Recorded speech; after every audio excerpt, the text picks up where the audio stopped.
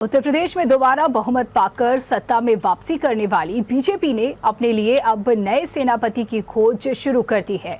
Party का नेतृत्व कर जीत की गाथा लिखने वाले स्वतंत्र देव सिंह के योगी सरकार में मंत्री बन जाने से ये पद खाली होने वाला है।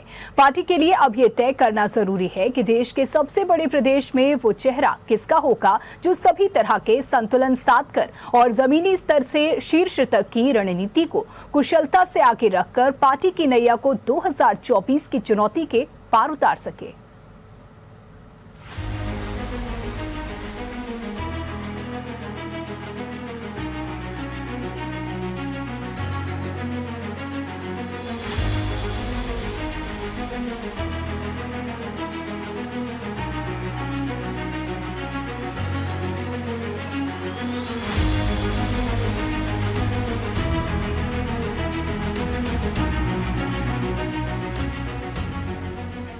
यूपी बीजेपी प्रदेश अध्यक्ष तय करने में हमेशा से नाम से पहले उस फॉर्मूले पर मंथन होता है जिस कटौती पर प्रदेश अध्यक्ष का चयन किया जाता है, यानी प्रदेश अध्यक्ष किस जाति का होगा।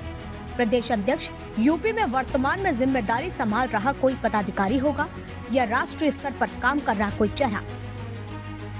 प्रदेश अध्यक्ष सांसद भी हो सकता है और विधायक भी। ऐसे में उसका प्रभाव और राजनीतिक कौशल क्या है, इन सभी बातों का ध्यान नए प्रदेश अध्यक्ष के चयन में रखा जाता है।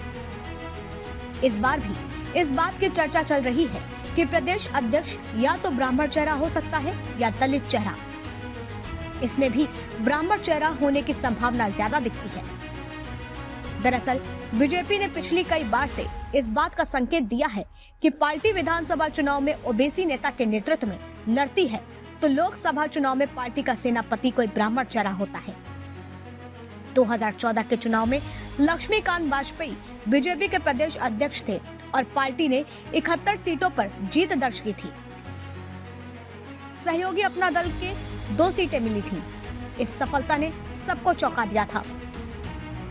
वहीं अगर हम 2017 के विधानसभा चुनाव की बात करें तो विधायक से सांसद बने केशव मौर्य के नेतृत्व में पार्टी ने सत्ता में वापसी कर इतिहास लिख दिया था।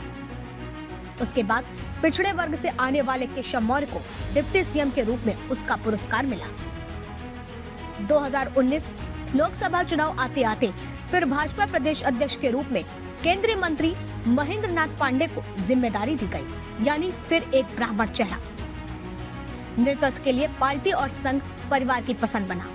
फिर बीजेपी ने बड़ी सफलता हासिल की। इसके बाद बारी फिर से विधानसभा चुनाव की थी। पार्टी ने इस बार योगी सरकार में मंत्री और एमएलसी स्वतंत्र देव सिंह पर भरोसा किया। पार्टी ने इस्तीफा दिलाकर ओबीसी नेता स्वतंत्र देव को प्रदेश अध्यक्ष बनवा दिया। बीजेपी की फिर बहुमत की सरकार बनी। स्वतंत्र देव अपना मिशन पूरा कर चुके थे। उनको फिर से वापस सरकार में भेज दिया गया, जिसके बाद एक बार फिर से नए प्रदेश अध्यक्ष की तलाश शुरू हो गई है। इस बार फिर से किसी ब्राह्मण चेहरे को ही जिम्मेदारी मिलने की बात कही जा रही है। इस बार समीकरण के आधार पर देखें तो ब्राह्मण चेहरा बीजेपी की रणनीति के लिहाज से भी उपयुक्त है, क्योंकि इस समय खुद सूबे के मुख्यमंत्री योगी आदित्यनाथ क्षत्रिय हैं, जबकि डिप्टी सीएम के तौर पर ओबीसी केशव प्रसाद मौर्य को दोबारा मौका मिला है। ये जरूर है कि ब्राह्मण चेहरे ब्रजेश पाठक को भी डिप्टी सीएम बनाकर नई जिम्मेदारी देकर ब्राह्मणों को आश्वस्त करने की कोशिश की गई है और विधानसभा चुनाव में ब्राह्मणों के साथ देने के लिए इसे एक कदम माना जा रहा है।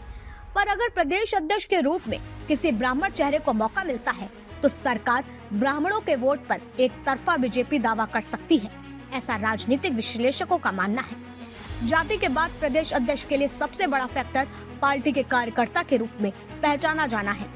चर्चा इस बात की थी कि सरकार से खाली हुए deputy CM doctor Dinesh Sharma या योगी के पहले कार्यकाल में कदावर मंत्री रहे श्रीकांत शर्मा का नाम सबसे आगे है।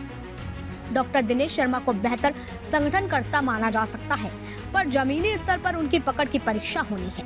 वहीं श्रीकांत शर्मा शीर्ष नेतृत्व के संपर्क की वजह से यूपी में सरकार में भी मजबूत रहे हैं और युवा भी हैं, पर पूरे प्रदेश की जमीनी हकीकत को समझने और परखने में अभी उनके कौशल की परीक्षा होनी है।